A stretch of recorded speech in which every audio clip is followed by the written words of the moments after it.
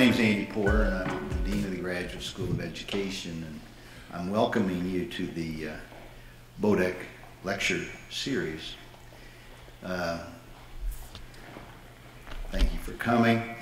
The lecture series began in 1993, and it was created with the support of a very generous and well-known member of the Penn community, Gordon Bodek.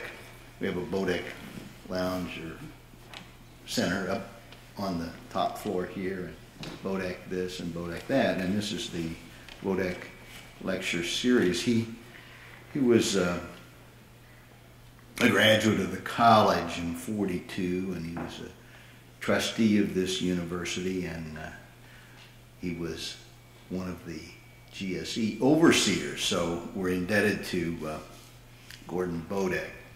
Also, I want to mention that this we, Graduate School of Education here at the University of Pennsylvania, is celebrating our 100th anniversary. It's our centennial year. We're making a year out of it, and we're celebrating that centennial with this event. So thank you very much.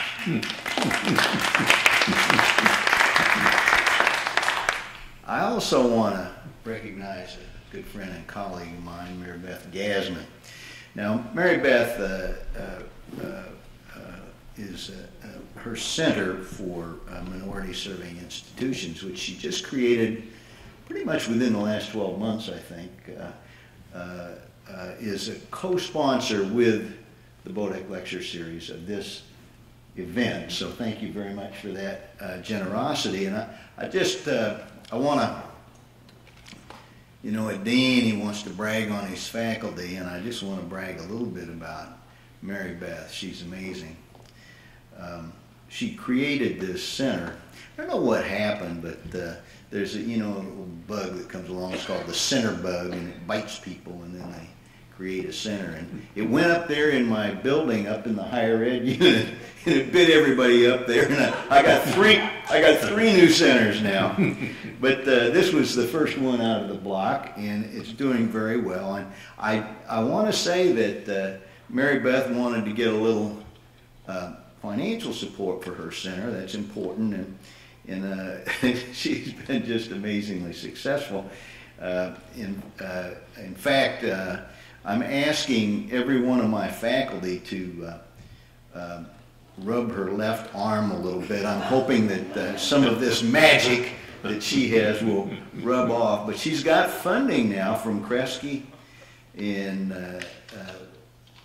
the Hensley Charitable Trust, and the Mellon, and the Education Testing Service, and Kellogg, and I can't wait to hear what's next. So that's great. Her center, I think, is a completely unique center in its focus and its mission on minority serving institutions.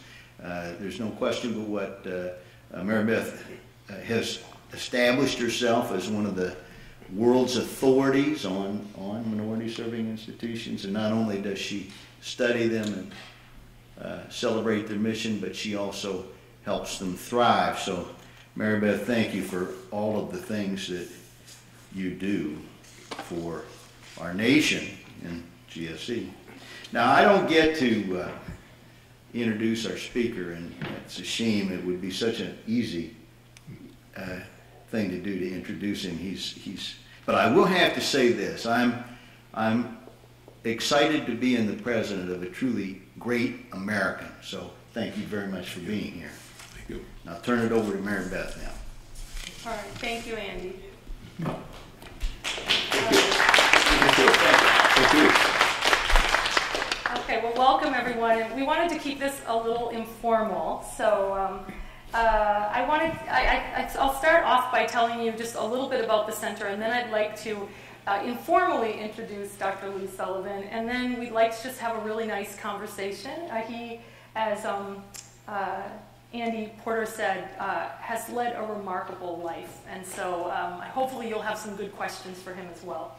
But just real quickly, the Center for Minority Serving Institutions, that is one of the co-sponsors of this, along with GSE, is dedicated to uplifting minority serving institutions and to raising the national profile on them. We study their strengths, we study their challenges, we try to provide resources, both financial and other kinds of support. And we also support scholars who are interested in studying minority serving institutions. So I just want to recognize all of the people who are affiliated with the center, who are here in the audience, who you'll meet during the reception, and they do really, really wonderful work, and it is probably the most pleasant working experience I've ever had in my life. So it's just absolutely lovely to work with all of these people. And then another thing I wanted to do really quickly is recognize two people from the Helmsley Charitable Trust, Sue and Ryan, if you could just say hello. And they're back there. And they are one of our funders. And also Catherine Millette from Educational Testing Service. Where did you go? Oh, there you are. So I just want to recognize both of them because they're really, really wonderful to us. So I thought, well, I'll give you a couple of things that I know about Dr. Lou Sullivan, and I'm probably going to call you Lou because I don't know if you remember, but Lou and I wrote a book together, and when I first met him, I was just a little toddler, wasn't I? Yes. And because I'm only 19 now, so when I first met him, I said, well, so what are we going to call each other? Is it Doctor, or are we going to, what are we going to say? And so we just decided on Lou and Marybeth, and so I'll comfortably do that. But normally I would introduce him as Dr. Sullivan because I have an amazing respect for him. But so a couple of things that I wanted to start out by saying before we ask questions is, that Lou graduated magna cum laude from Morehouse College in Atlanta, Georgia. And you graduated in 1954, right? Yes. Yes.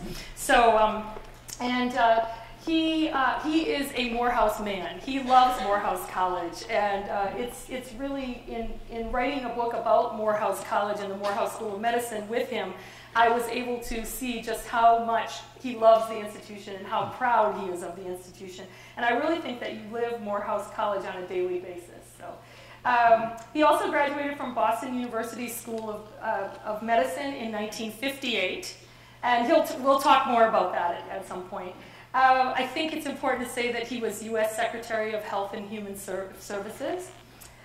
He also was, and I thought this was kind of interesting and maybe something that people don't know about you, but in 1985, you were one of the founders of the medical education for South African blacks. I thought that was kind of interesting, especially because that's before the fall of the end of apartheid, right? The fall of apartheid. One of the things I think that he's most proud of, and I'm sure he'll talk a little bit more about this, is that he was, first of all, the founding dean and director of the medical education program at Morehouse College, and then he became, that program became the School of Medicine at Morehouse College, and then Lou became the president of the Morehouse School of Medicine, a role that he served for over 2 decades, and in between was U.S. Secretary of Health and Human Services. I think one of the things that I know about him that I like the most is that he co-authored a book with me called The Morehouse Mystique, and we worked together for 2 solid years, didn't we? 2 years. And then I tried to get rid of him, but he just wouldn't go away. So, but I thoroughly enjoyed it. I remember he called me up one day and he said, I read your book, Envisioning Black Colleges, and I'd like you to write a book about Morehouse School of Medicine. And so I said, okay, well, let's start talking. So we started talking, and it was really, really a wonderful, pleasant experience to write a book with him.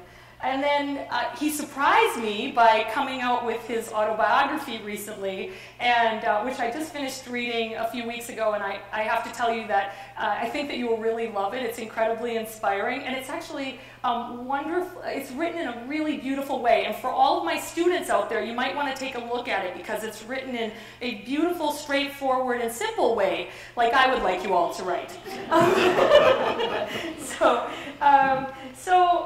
And then the last couple things that I wanted to mention are 2 things that Lou does right now, and we'll also talk about this. He's chairman of the board of the National Health Museum in Atlanta, Georgia, which is a museum dedicated to health, and you'll find out just how much he cares about being healthy.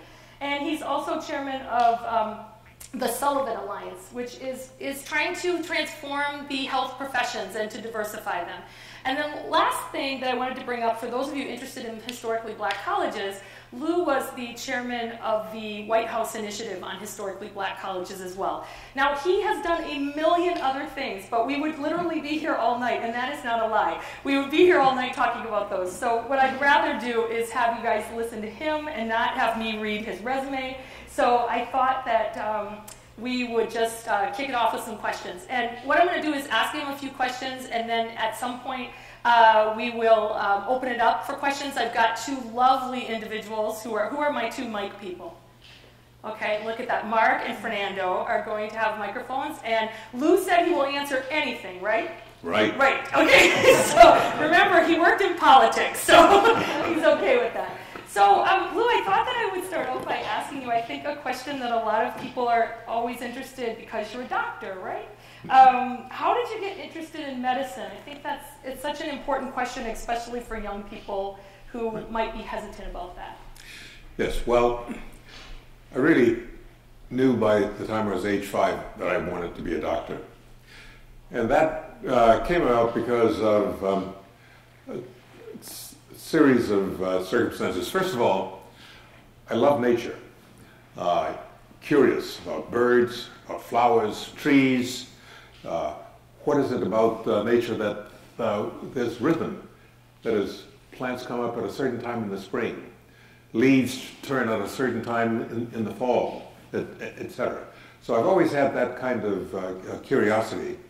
But more specifically about medicine, first of all, I was born in Atlanta at Grady, the public hospital, and I was born in 1933 in the middle of the Depression. My father was a life insurance salesman for Atlanta Life, which is an interesting history itself. It was founded by Alonzo Herndon, who was a freed slave. He started out cutting hair in downtown Atlanta for whites. And he was uneducated, and picked up enough information that he started this burial society, which evolved into Atlanta Life, which really became the economic engine for the black community in Atlanta. My father was a salesman for Atlanta Life. In the Depression, nobody was buying life insurance. So he moved our family from Atlanta. I was the second of 2 boys. And he went into a partnership in a funeral home in Albany, Georgia. That lasted 2 years. That partnership dissolved. He had some disagreement with his partner. So he moved to Blakely. Blakely was a town at that time of about 10,000 people in southwest Georgia. He established his own funeral home there. Well, my mother was a school teacher, but my father, this was the first funeral home for blacks in Blakely. And I talk about this in the book, some of the circumstances around that. But because he had a funeral home, he also operated an ambulance service.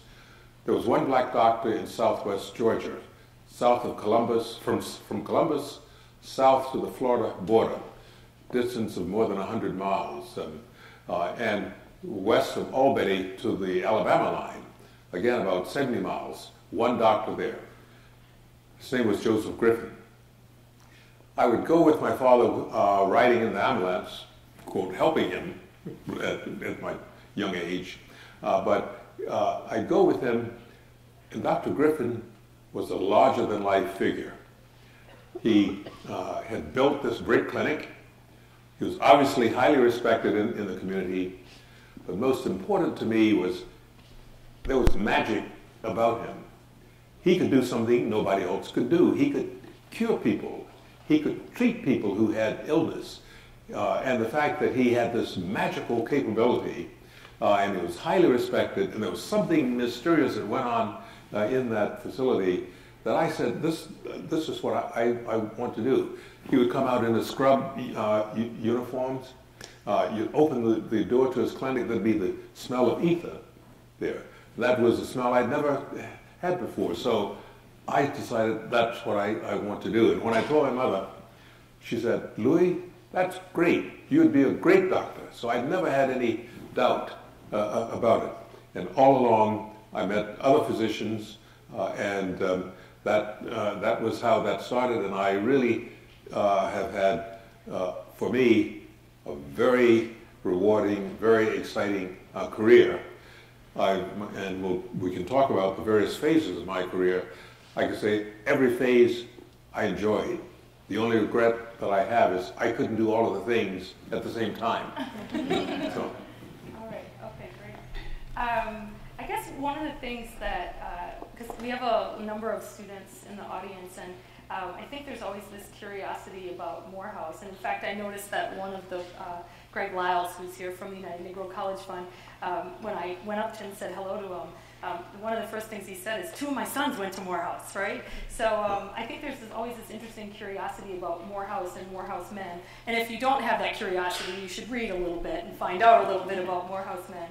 But can you talk to us about going to Morehouse and also how that played a part in you ending up becoming a doctor, going to medical school? I guess I'm really interested in these questions because it is hard to get more African Americans in medical school, and so was there anything that happened there that made it easier, that made it, that inspired you more? Yes. Morehouse is a special place. It really has always been successful. Its students, its alumni have been successful, whether they're going into business or law or medicine, what have you. And I think it's the environment, because I tell my friends, I don't think that people who go to Morehouse are any brighter than anyone else, but it's the culture of the institution. You're told in so many ways when you get there, congratulations for being here. And you're told, you're here because you are bright, you've accomplished, but what we are going to do is help you really achieve great things. We expect you to do great things. And you meet alumni who've done those things. We're talking about not only Martin Luther King Jr., our most famous alumnus, but other people such as Chuck Willey at the Harvard School of Education. He had a brother who was in my class. Chuck finished Morehouse in '48, so I didn't meet him until later because I entered Morehouse in '50. We had Sam Du Bois Cook, president of Dillard College, himself a great sociologist. So there was something about the school that really, when you left there expecting that you were going to be successful, and really almost with a sense of obligation, that you were going to prove to your teachers that the time they spent with you was really worthwhile, and you're going to do that by indeed achieving.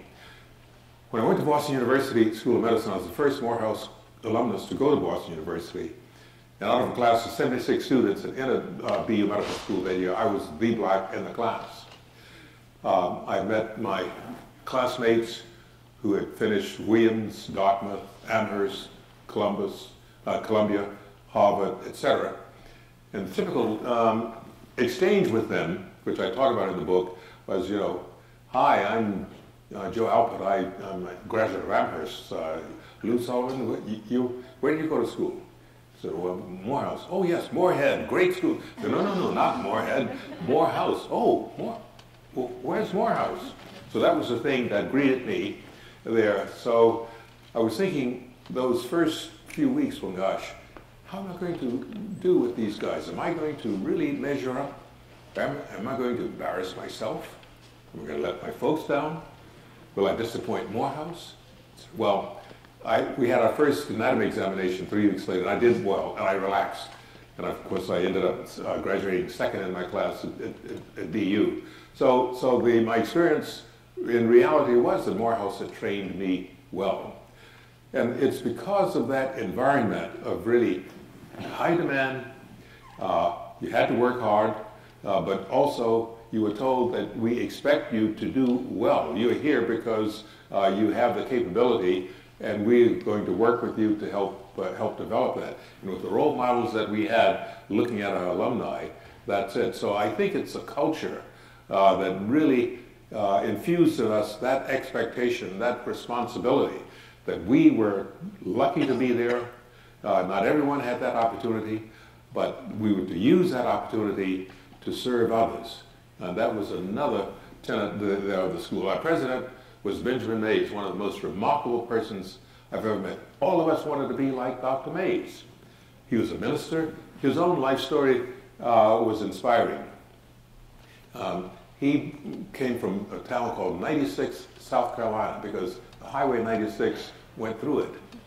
He went to Bates College and finished valedictorian in his class in 1906, the one black in his class at Bates, on to University of Chicago, where he got his PhD in philosophy and religion.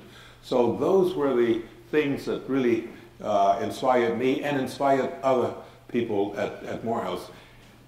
The reason this book is called Morehouse Mystique is that, because we call it the mystique. What is it that makes the place different? It is that mystique. It's that intangible but very real thing that makes you want to achieve, makes you want to have a life that's significant, that's not simply significant to you, but significant to your community.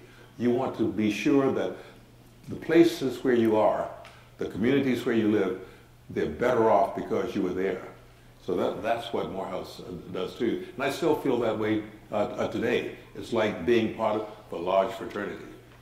You're part of other fraternities too, right? Oh, yes, yes. Yes, I happen to be part of an Alpha Phi Alpha fraternity. See, I do my homework. So when you said significant, I guess I'm wondering, I'll just ask a question about this. Do you think Morehouse was so significant to you as you were growing up? How do you convince people that a college for black men is significant today, when some people might say to you, well, we have all these different institutions. Why would we still have a black college for black men? Why would that be significant today? Sure. Well, the way I answer that is this. When I went to BU, I said I was the one black in my class. There were black students at Harvard, in Columbia, and elsewhere. Where were they? Why? They were very bright, so they got into those schools. What happened to them that they didn't show up in medical school? So, in other words, what I'm saying is that Morehouse is an institution that not only gives you knowledge, but gives you a sense of responsibility, a sense of belonging, a sense of service, and all of those things, I think, make you a better person. So Morehouse works not only on your intellect, it works on your spirit and your soul. So that's why I say places like Morehouse are important. Going to college, to me, is more than simply going to the next level of education. You're going to the next phase of your life. Because you think about it, this is your first time away from home, you're on your own. You're forming new relationships, you're meeting new people, you're learning new things, and you're on your own, and you're setting up your value system. You're no longer at home following mom and dad's rules. You're developing your own rules. Now, hopefully those rules that are similar to your parents, but it's really that kind of personal development that I got that I think makes places like Morehouse important, and particularly because of the fact that students, a lot of students at black colleges are really from poor families. Oftentimes the first person in their family to go to college. So if you have an institution that really works not only on your intellect, but also on your social sense and on your spiritual sense, it really makes you a whole person. So I think that's why those schools are special. Okay. So when I introduced you, I listed all of these different accomplishments. And as I was saying that there are many, many more accomplishments that you've had in your life. I remember one time when I was working on this book with him, his assistant gave me your your Rolodex, right? Not your Rolex. Sorry.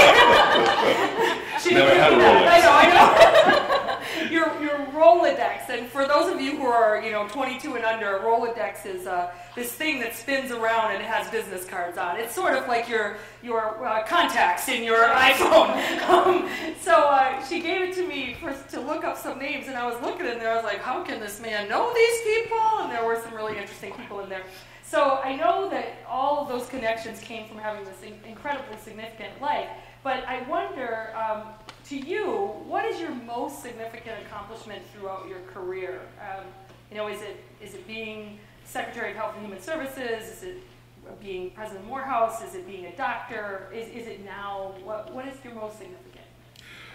Well, as I said before, I have enjoyed every phase of my career over the years. So I'm proud of a lot of things. But I'd say the thing that, to me, is the most significant accomplishment is the development of the Morehouse School of Medicine. Because I envision that school 100 years from now, 200 years from now, when I'm long disappeared from the earth, that school will be contributing to our society at that time. In the same way that this university, I guess founded 200 years ago, is still here contributing to the life of not only Philadelphia and this country, but really around the world. So to me, that's important. The other thing I'd say is this. In the second half of the 20th century, we had a period of expansion of medical education that occurred between 1956 and 1981. We increased the number of medical schools from 80 to 127. We had 47 new schools that opened to increase the number of physicians in the country. Morehouse School of Medicine is the only one of those schools that's a four-year school that's predominantly African American. Our goal in creating that institution was not only to increase the number of black physicians in the country, because we still are woefully underrepresented, but also to create an institution. Because I say that what we're saying is we in the black community can develop a medical school that meets all of the criteria that are used to measure the quality of the institution, all of the national examinations, accrediting bodies, the achievement of our students, and I'm proud of the fact that although we're still a young school, we've had a U.S. Surgeon General, Regina Benjamin, one of our alumni, president of another medical school, Wayne Riley, served as President Harry. One South African graduate who went back to South Africa and established the first nationwide blood banking system in South Africa, modeled after the Red Cross blood banking system. I was there in 2010, had dinner with them. They were celebrating the completion of their first year of operation without a single case of HIV or hepatitis C transmission. So to me, the most important criterion by which you measure any institution is what happens to its graduates. Because you can have great facilities, you can have tremendous athletic teams and social activities and so forth, but the important thing is a university is to help develop young people and prepare them for life. So what do the graduates do? So those are the thoughts that I've always had in this. So what we're saying, developing the Morehouse School of Medicine, is not only were we addressing a social need, we were making a statement to the community in this country saying that blacks can do the same thing that anyone else can do if we have the resources, and we can do it in a first-class way. So that's, to me, is another important issue in developing the Morehouse School of Medicine. So, one question I think that oftentimes people have is, why is it so important to have African-American doctors? Why do you care so much about that? Why have you invested in the Sullivan Alliance? That must be part of the reason behind starting the Morehouse School of Medicine, right? Even though it's very diverse. Yes. But why is that so important? Well, the reality we confront is this. Blacks in the U.S. and other minority populations as well, Native Americans really in terrible shape in terms of health, same as the black community. Well, there are a number of reasons for that. Not one, but not one reason, but among the reasons is lack of black health professionals. When you think about this, you go to your doctor. That's a personal transaction, and I often state that the health professions are science-based professions, but they're practiced in a social setting. And by that, this is what I mean. When you go to the doctor, you're going to be answering some personal questions. You know, are you fearful? Do you have pain? Or do you think you have cancer or some sexually transmitted disease or things like that? Well, for this to be a useful and successful interaction, you have to really talk about a lot of personal information. So that means if you're going to do that, you trust the individual that you're sharing that information, that they're not going to ridicule you, they're not going to criticize you, they're not going to share that information with someone else because that's your private information. And if you don't have that trust, you don't share that information. So today, and the same occurs so far as women. Many women prefer to have a woman physician as their primary care physician because they feel more comfortable. That's perfectly fine.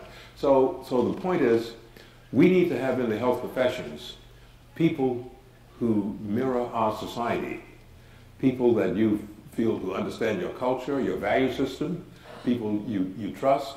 So that's why we need to really have more black and other minority physicians. Now that's not the only thing. We have to have people who know how to use the system, because in the black community, there's a level of distrust of the health system higher than that in the white community, because everyone in the black community can tell you there was a Tuskegee syphilis study where men were not treated back in the 30s when sulfur drugs came along, and then penicillin, which was a cure for this, but they were really followed to learn more about the natural history of this disease. So that kind of thing doesn't happen anymore. There are all kinds of review systems, et cetera, to make sure, but the fact that that happened still means that a lot of people still don't trust the system. And we see that elsewhere in other ways.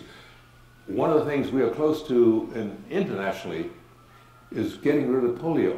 Now, one of the marvels of the 20th century, we got rid of smallpox, which was a highly contagious and often fatal disease, but we had a drive through vaccination that we've now eliminated that disease from the world. We're close to doing that with polio. The reason we haven't accomplished it is not scientific, it's not technological, it's really a question of trust. In northern Nigeria, among some of the Muslim populations there, they feel that this is a Western plot to sterilize their women so that they won't have children. Similar things in Pakistan, a couple of other pockets where we have not eliminated this. So these are examples of why in a health system, to be successful, for it to work properly, is more than having the knowledge base. It's having the trust of the people, whether individually or a community. That's why we need more diversity in the health professions. So, as part of the Sullivan Alliance, to really work on diversifying the health professions, what kinds of things do you do? What do you do? Do you work with colleges? Do you work with people in high schools? Or what do you do? Yes. First of all, the Alliance is based in Alexandria, Virginia, in the Washington, D.C. area. And what we're doing is working to indeed increase the racial and ethnic diversity in the health professions. The way we do it is organizing alliances within states. We started in 2004 with the first alliance in Virginia. And it actually turned out to be what we call a Virginia-Nebraska alliance. That was pure serendipity. We spoke at a conference in June of that year there, looking at the diversity of physicians in the state of Virginia. And I pointed out that there were 5 black colleges in the state of Virginia. They had virtually no relationship to the Commonwealth University, the Virginia Commonwealth University in Richmond, or the University of Virginia in Charlottesville, et cetera. And I suggested, well, to increase the number of black and other minority physicians, you need to really develop some relationships among the colleges so that you can develop programs to see that students have the educational skills that they need to navigate health professions. So they responded to that and then asked if I would then come back and help them organize it. So we organized this back in September of 2004. Nebraska came along because it so happened that the Chancellor for Health Sciences at the University of Nebraska was there in Richmond. He had previously been chairman of the pediatric department there, and he was back visiting. And so he said at this conference, this is an interesting idea. We have an interest in Nebraska, so if you do this, we'd like to be a part of it. So that's how they became a part of it. So we have summer research programs where the students start out as research assistants. Some have written papers on some of the research that they've been involved in. But we've now set up alliances in nine states altogether. North Carolina, Florida, Alabama, Nebraska, I mentioned, Maryland, Ohio is the northernmost state. And we're working on several other states to develop them there. So it really depends upon several criteria. We have to have someone within the state who is interested and who's willing to give leadership in the state, because states are different, and who really has a network that we can work with. So that's, and you also get local funding with each of the state alliances.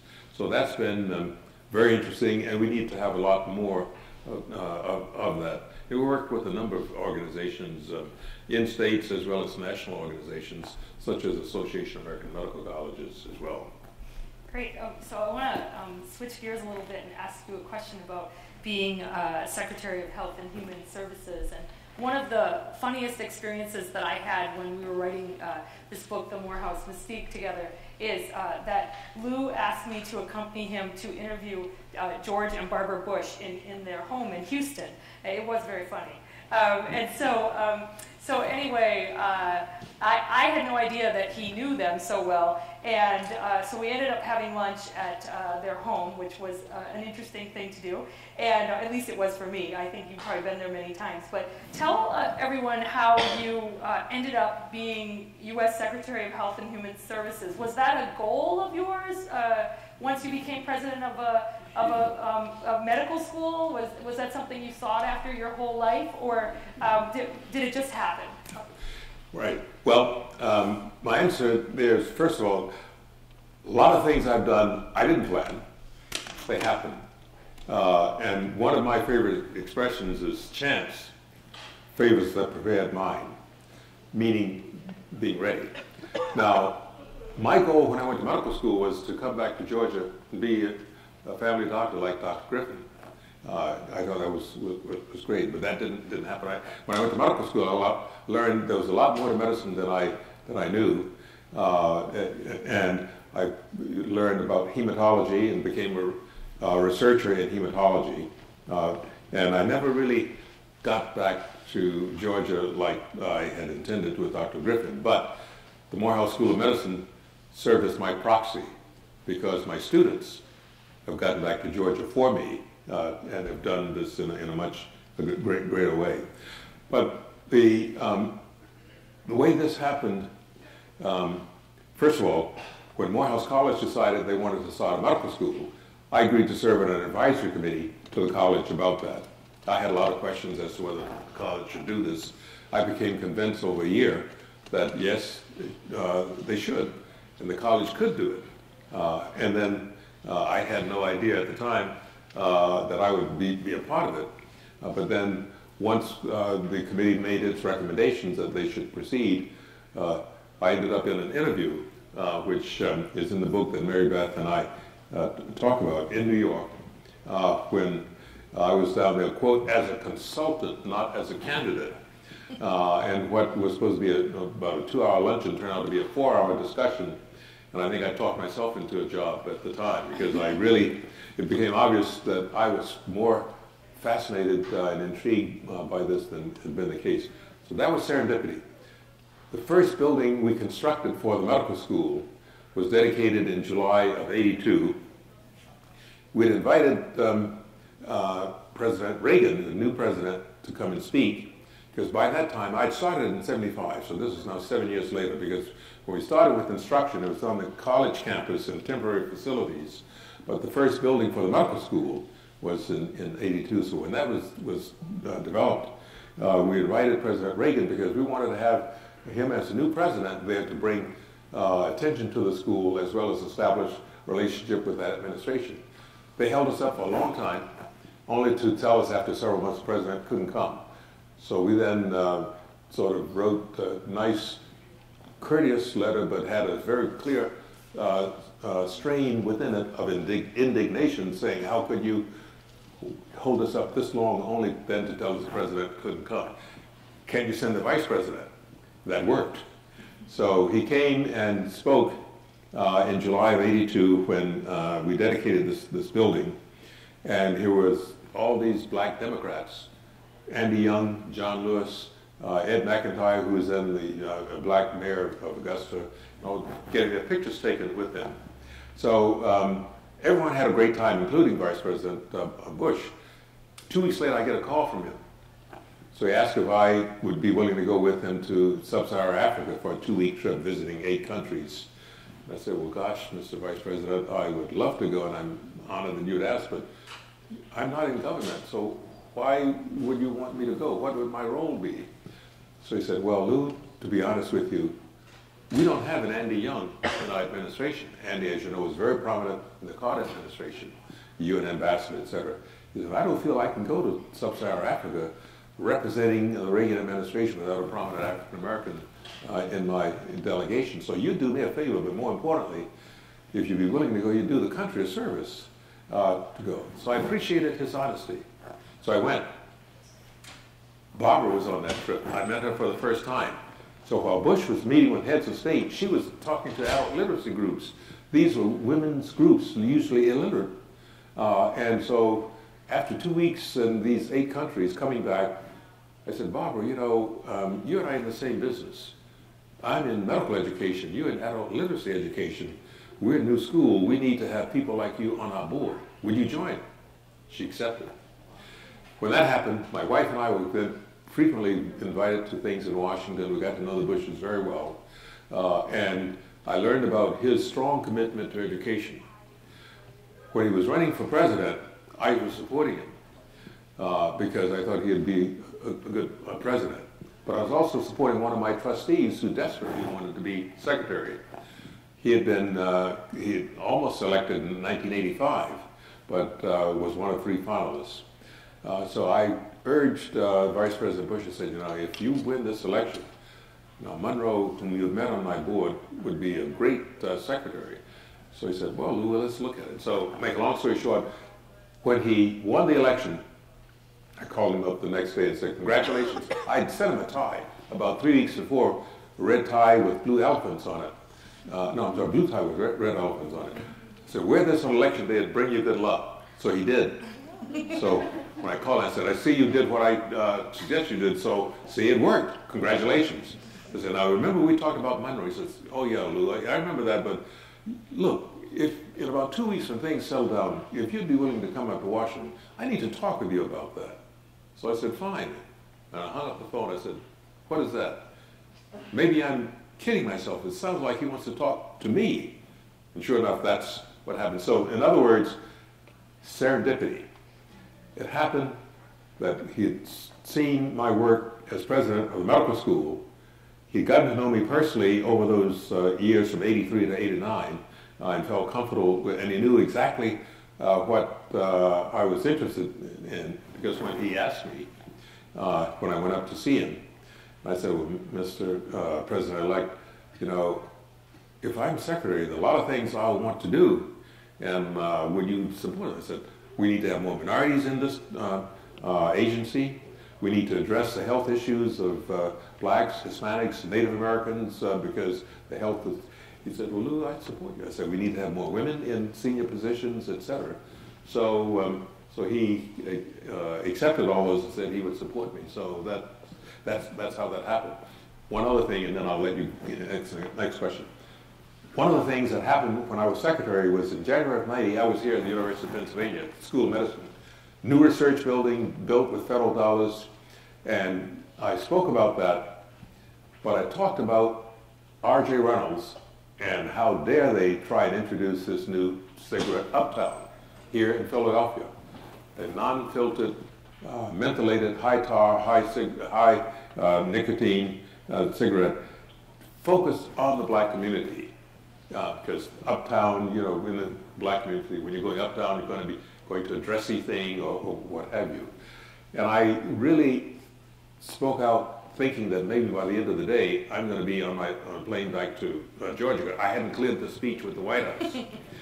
But to my pleasant surprise, R.J. Reynolds didn't fight. I was ready for a fight. And they, I guess about 10 days later, I sent a letter to the president of the company telling them how I thought this was really corporate irresponsibility. So they withdrew that event. So one of the important things in my tenure happened right here at the University of Pennsylvania School of Medicine. Very nice. I didn't know you were feisty like me, Lou. So I guess I'll ask just a couple more questions, then we can open it up to other people. But make sure that you have questions, because otherwise I'll just keep asking questions. I guess one of the things that I always like to talk about when there are students in the audience is how we overcome obstacles. And I'm just wondering, are there any obstacles that you ran into, like large obstacles in your career, and what did you do to overcome them? Yeah, well, I would say the largest obstacle, frankly, was growing up in a segregated society. A society that was saying to me, and everybody that looked like me, that you're not good enough, that you're not acceptable. And we saw that in so many ways. When my family moved to Blakely, my parents, when I was aged in the 5th grade, sent me and my brother first to Savannah for 1 year, then to Atlanta the next year, to attend schools, because schools in rural Georgia really were not good for blacks. We got hand-me-down books. Once they got new books at the white school, then they send the old books over to the black school.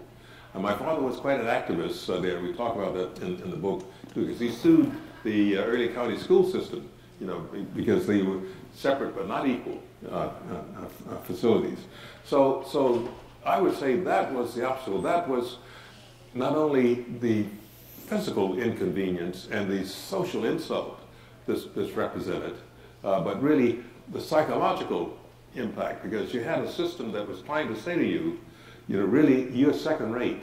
So fortunately, through my parents and other role models like Dr. Mays, Dr. Griffin, etc., they were the ones who were really refuting this. And frankly, this is one of the reasons I'm sure that all of my life I've committed to doing things to say that's not true. We are as good as anyone else. This nation should be good enough to live up to its creed, to what it professes to be its value system, that all men are created equal and endowed by their Creator with inalienable rights. Well, interestingly enough, that our founders said these things, but these applied to white men, didn't even apply to white women. And so I feel that I have a responsibility as a black American to help make those words really ring true for everyone. And if we're successful with that, we will be a better nation. So my role is not to simply be a critic, but to be a change agent, to contribute my talents and my energy to really making this a better country. This is my country. I want it to be better. So that's why I'm doing that. Very nice, thank you. I guess the last question that I wanted to ask has to do with the future of African Americans in medicine and medical education for African Americans.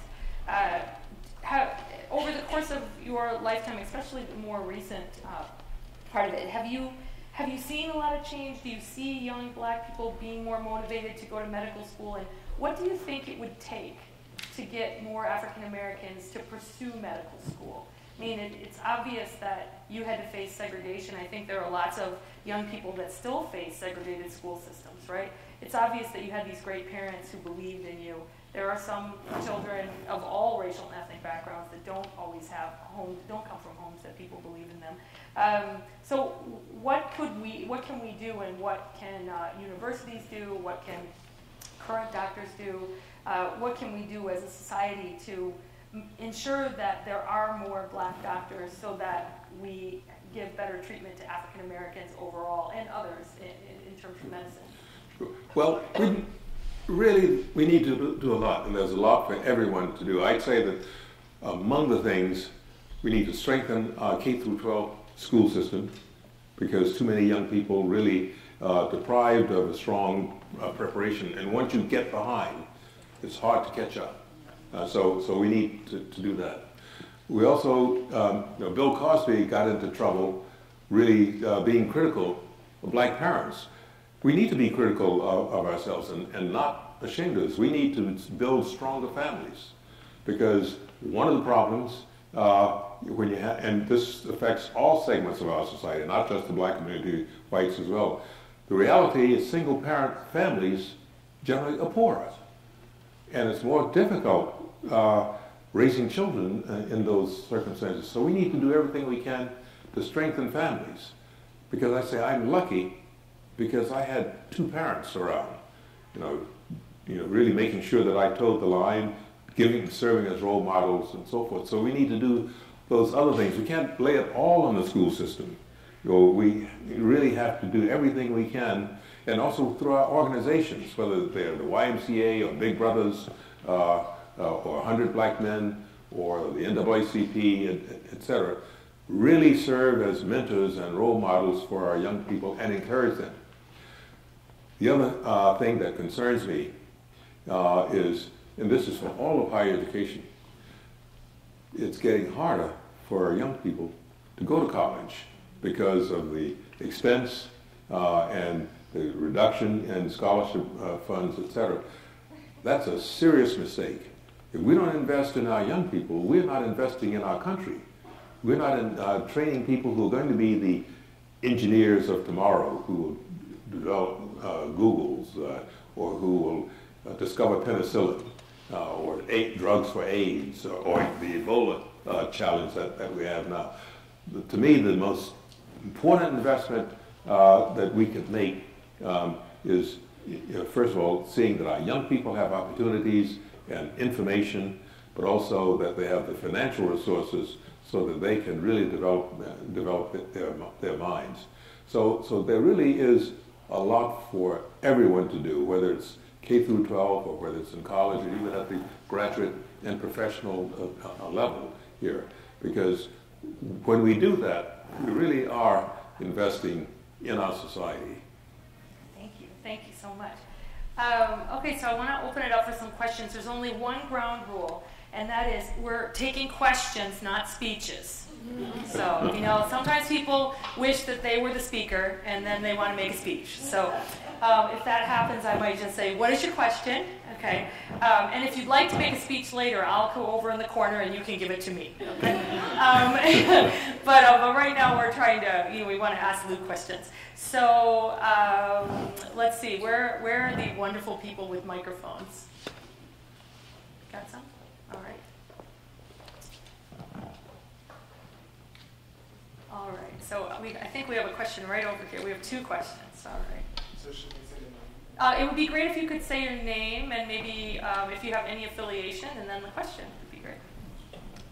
Okay, I'm Barbara Bravo, and I was an undergraduate at Penn and graduated from the Graduate School of Education with all but my dissertation, and was a principal in the School District of Philadelphia as well as a teacher. But my question is about the medical profession. Today, there seem to be many challenges because of insurance and our whole system of healthcare. How does that particularly affect the African American community and recruitment of medical personnel? Well, that's a very good question, because really we are going through a revolution in our health system. It's changing, and that's, in one sense, it's good. Because, for example, we have new kinds of professionals. When I went to medical school, there were no such thing as physician assistant nurse practitioners. When they came along, the AMA and my colleagues in medicine fought them. But that was back in the 60s, 70s. That battle is pretty much over now. I happen to be on the board of Grady Hospital, a big hospital, public hospital in Atlanta. Physicians, assistants, nurse practitioners are on the staff. They're welcome. And they are part of physician practice groups, et cetera. So that's one thing. We're having pharmacists serve more to educate people about drugs. We have all kinds of technology that expands the capability of physicians. not only in their offices, but they can be in touch with their patients miles away. And we even have robotic surgery, et cetera. So the medicine that I entered back in '58 when I graduated from medical school is very different today. Now, the Affordable Care Act has now been the realization of what a lot of presidents, starting with Teddy Roosevelt, wanted to have. It's still not fully implemented. And there's still rumbles about trying to repeal it, which I think is a serious mistake, a waste of time, causes confusion and so forth.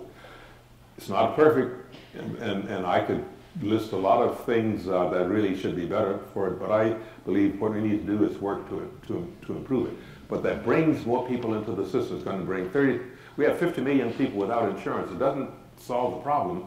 It's going to bring about 32 million more people into the system. And we still have to go even beyond that. But getting those 32 million is still an issue. Along with this has been all of the issues of eligibility and qualifications and all of that. So the bureaucracy really has developed, and it's stifling, and we really need to do something about that. We also have a malpractice problem. I hate malpractice lawyers. I think, really, it's sort of a lottery. I think we should have a no-fault malpractice system. Malpractice does occur, but I think we should have panels to judge people who've been hurt by errors in diagnosis or inappropriate therapy by physicians, and have certainly punitive things, but really have it operating more like insurance. And people are harmed. We don't need to have this complicated lottery where either you win big or you lose and you don't get anything. So the fact is we have all these things that are going on in the system. Now meanwhile, we're changing as a country. As all of you know, the Census Bureau has said by the year 2042 or 43 there will no longer be a white majority population. So we need to try and have the health professions become more like the rest of our population. So all of those things mean that there are a lot of moving parts here. So I think that this is unsettling. Change is always unsettling. But if we do it right, I think we'll come out the other end 10, 20, 25 years from now with a better system. But we really have to somehow, as much as we can, take the politics out of healthcare. That's really is poisoned it here, because it's amazing to me that the idea of seeing that people have health insurance gets so much political resistance here. With my value system, the most important things we can invest in is first education, see that we have an educated population, and healthcare, to see that we have a healthy population. If you're not healthy, you may not be able to work. If you are healthy, then you can work and support your family, etc. So, those are the things that I think we're really all confused about as a society. But overall, we have made tremendous progress in medicine, in the diseases that we have been able to develop good therapies for, in our understanding of human biology, and the promise that we have for even better therapies coming in the future. I think those are great investments. But meanwhile, everything has been thrown up and all the conflicts. But I say to young people, while the administrative aspects of medicine can be confusing and challenging, the biology of medicine has never been more attractive. The fact that we understand so much more, and we have the promise of being able to do so much more. The science is very exciting, and the promise really is tremendous. Caleb? Hello, Caleb Wilson from the School of Medicine here at Penn and proud graduate of Auburn State University. I'm also an affiliate member of the center. So we have a situation where you mentioned earlier the value of minority-serving institutions, but one of the things that I rarely hear is the economic impact. So what would be your argument of the increased economic impact of having minority-serving institutions in the country? Oh, there's a very strong, very positive economic impact minority serving institutions. The best example I can give you that there are the Atlanta University Center schools in Atlanta. Now, many of you who are familiar with Atlanta know that there's a strong black middle class in Atlanta. That's primarily because the Atlanta University Center is there. All those schools in that consortium have turned out young people who have stayed in Atlanta in business or in law or medicine or as entrepreneurs, et cetera. And fortunately in Atlanta too, we have had a very enlightened white community and white business community. Bob Woodruff, who years ago was the CEO of Coca-Cola, really is one of the guiding spirits in the business community in Atlanta. Became very successful, very wealthy. He used his wealth productively, set up the Woodruff Foundation there. So this is a good example of the impact. When you go around the country, you'll see other examples of that as well. And with health professionals too, where we need more health professionals, they tend to be economic centers there. An office may have 4 or 5 people it hires, but they buy supplies, and they are serviced by plumbers, by janitorial companies, they rent space, et cetera. So by having more professionals in the community, you're serving really not only to provide services, but also to have an economic impact. So that's very important. Is there one back here? Yeah. Yes. Hi. I'm Kelsey Jones. I'm currently a doctoral student here at the Graduate School of Education. Thank you so much for taking time to come talk to us. Really appreciate it. You talked about, you talked a little bit about the psychological effects of being a black member of society and your own obstacles. And I'm wondering if you can talk a little bit about stigma around mental health in black communities and thinking through talking about that stigma and bringing more black healthcare providers into the mental health profession in medical schools generally. Well, again, that's a very important question because I'd say within medicine, this is one of the areas where the services that we're providing are far from what's needed. And the impact we could have in terms of improving the lives of people can be so much greater than it is now. But the reality is we still have stigma in our society, and we don't really allocate sufficient resources to take care of mental illness as well. We're better than was the case 10 years ago. But I'd say when I was growing up, people talked about cancer in the same way that they talk about mental illness. Someone got cancer, you spoke in hushed tones. It was really sort of almost a stigma, mysterious, et cetera. But now I think because of the educational activities of organizations like the American Cancer Society and others in the health professions, as well as the progress that we have made in treating cancer, so it's no longer the mysterious thing, or no longer an automatic death sentence, that people are cured of a number of cancers and so forth. So I predict that we're going to have a similar kind of thing with mental illness. But we really have not, as a society, owned up to doing the things that we know that will be better. And we shun this too much. But I think the more we talk about it and really kind of take away the mystery and the shame and the stigma, the more we'll be willing to invest the time and effort and resources to address that. Because the reality is that so many families are affected by it, so it's not any mystery. But we really have a lot to do there to really address that. Thank you. Other questions?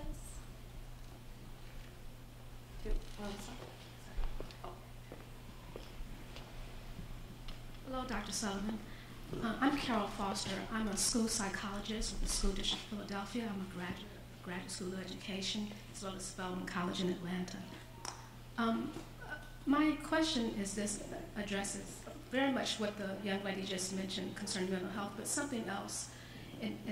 the school district assigned me to North Philadelphia in the last 2 years. And what I come in contact with every day, even today, are children who live in a culture of violence, who live with stress every day, that it's become normal. They don't even know it's normal. It's you know, the abnormal has become normal for them. And I know that you understand, as a doctor, the impact, the effects of stress on health, hypertension. We know all the different things that have been cited in research that stress has. But stress also has an impact on cognitive development and intellectual functioning in children, academic achievement. No one really makes the connection between that. The school district desperately, like most school districts across the country, want our children to have high test scores.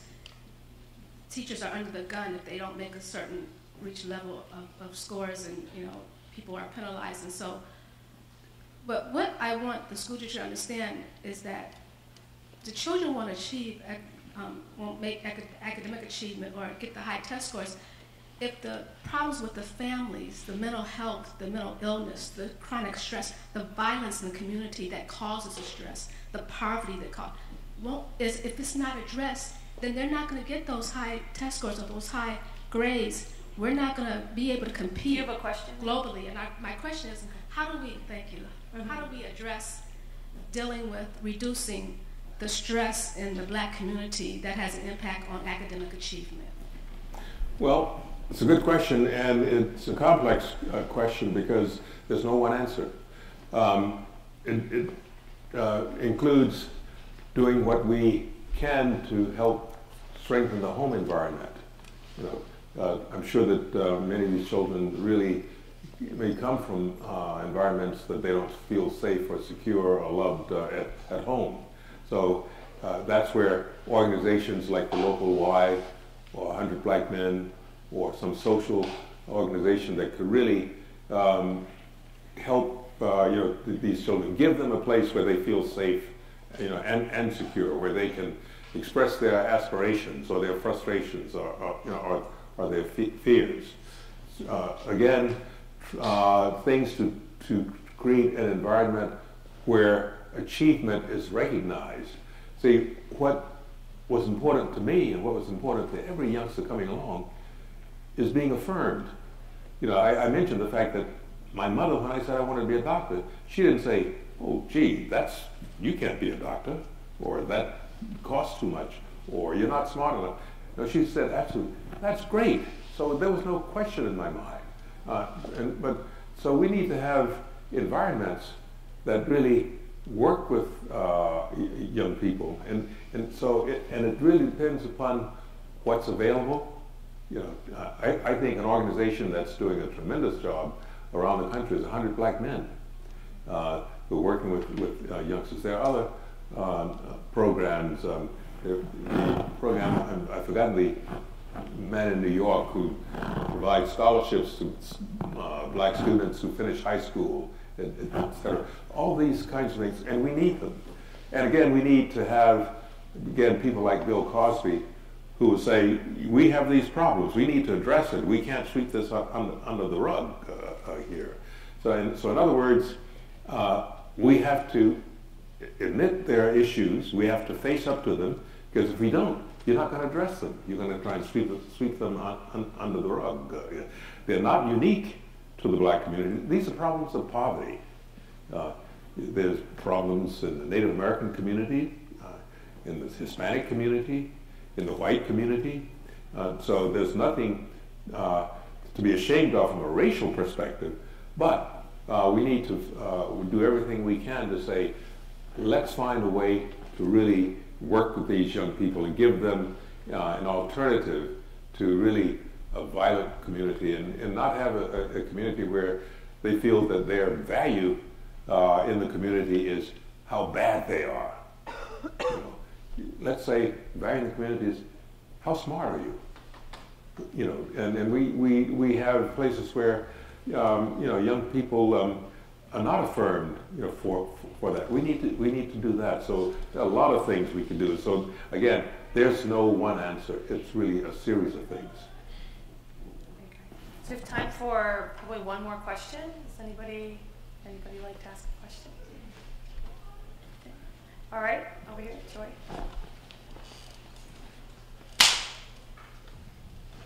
Hello, my name is Joy Baker. I'm also a proud graduate of Spelman College, and I'm a master's student here at the Graduate School of Education. I'm taking Marybeth's class. I just wanted to ask a question around what do you believe is the next big world health issue, and how, as we as Americans, especially young Americans, help address that issue and help eradicate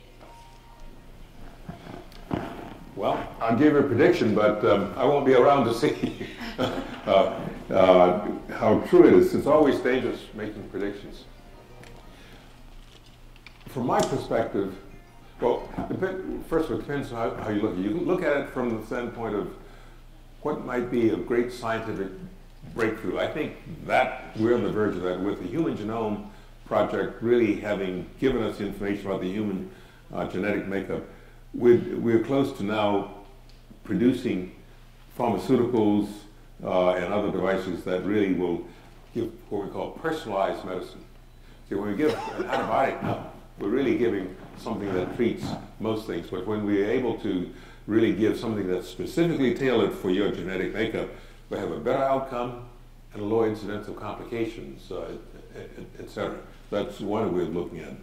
But another way is this. You mentioned medical education for South African blacks. This is an organization that came into being in 1985 to really support black health profession students in South Africa. The universities were opening up. So our purpose was not only to help increase the number of black physicians in South Africa, because there were less than 500 in the whole country, some 40 million blacks.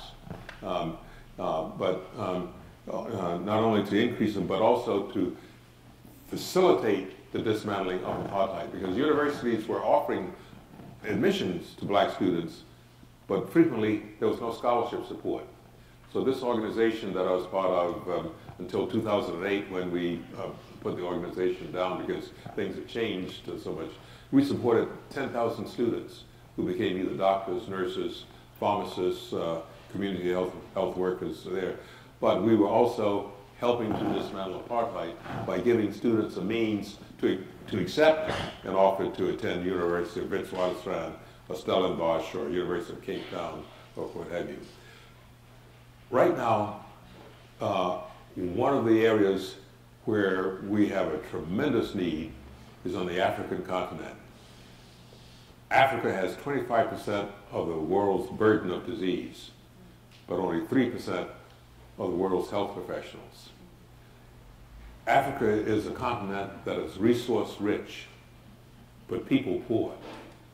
You have diamonds, gold, aluminum, tin, bauxite, oil, etc. But because of its tragic history, you have weak governments, corrupt governments, etc. If we could really help those countries develop, first of all, they become trading partners for us. And we'll be better off by having a strong Senegal or Angola or Liberia or Kenya to trade with us. They will be better off as well. Their health will improve too. So from a global perspective, addressing health issues on the African continent really would make a tremendous difference. But it also should come with other things to strengthen those governments, because for me, it's not good enough to have a few billionaires and a very poor population, but really have a strong middle class there. So that's a great challenge, I think, for those who are looking for opportunity for an interesting career. Thank you. So before I thank you officially, I wanted you guys all to know that we have a lot of things going on after this conversation. Dr. Sullivan is going to be signing books, if you're interested, his autobiography and also the book that we wrote together, The Morehouse Mystique. So he'll be signing those over there for a little while. And we have lots of food and drink. And we also have Kevin Valentine's trio, jazz trio, that's going to perform for us. So please stick around. We would love that. And I'm sure that you're more than happy to talk to people as well, right? Because we're holding you captive. And anyway, I just want to thank you so much. It was such a delight. And I know I spent 2 whole years with you writing a book, but it's always wonderful to hear about your life, and it's really, really inspiring. And I can only hope that I can have even this much influence as you have on people's lives. So thank you so much.